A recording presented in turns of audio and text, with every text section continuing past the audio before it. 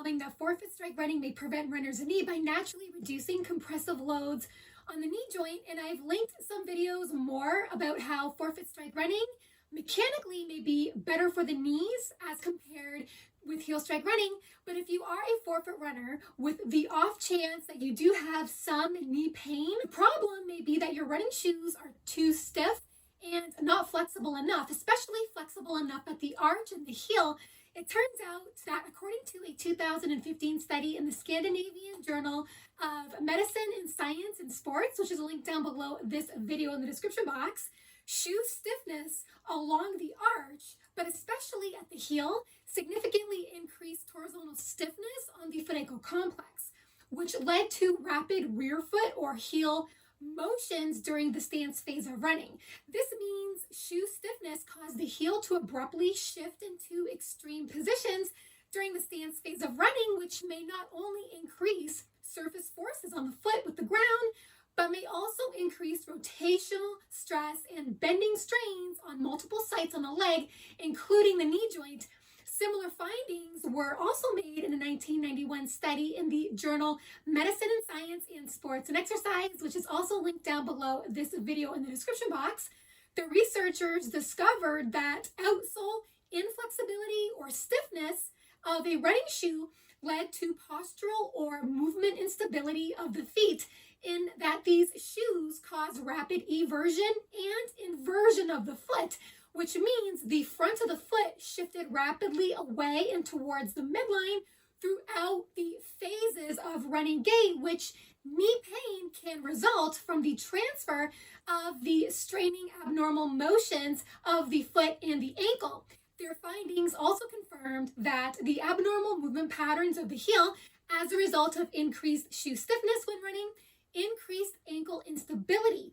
which in turn increased fast motor actions of the ankle in response to the faster rapid eversion and inversion changes in foot motions. What this means is that because the stiff shoes made the foot wrestle with the ground more when running, there was greater response of the ankle to counteract the excessive motions of the foot to try to hold the foot more firm. So in a sense, in this condition, the body has to try more to correct itself because there just seems to be more opposing forces at work when running in very stiff running shoes.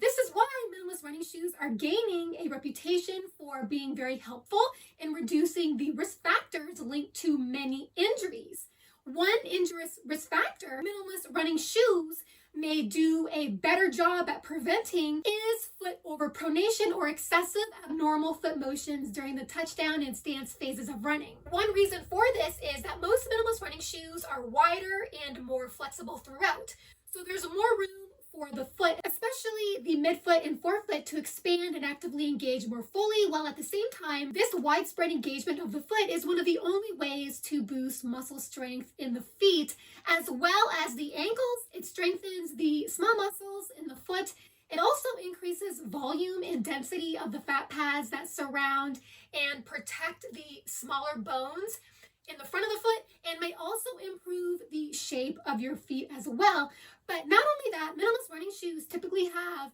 a thinner outsole, which provides better ground feel, whereby increases in ground feel actually adds more stimulus for enhanced muscular strength development throughout the foot ankle complex. So the more you wear minimalist running shoes, or even the more you are barefoot, there's always going to be steady incremental improvements in muscular as well as functional strength of the feet versus always wearing stiff running shoes. Also, overall balance control tends to improve whenever you can feel the ground more fully with your feet, which can certainly help reduce stress off the knee as well. Bottom line is that you can have more protections on the knees when you run through developing stronger postural and motion control stability of the foot through increased barefoot activity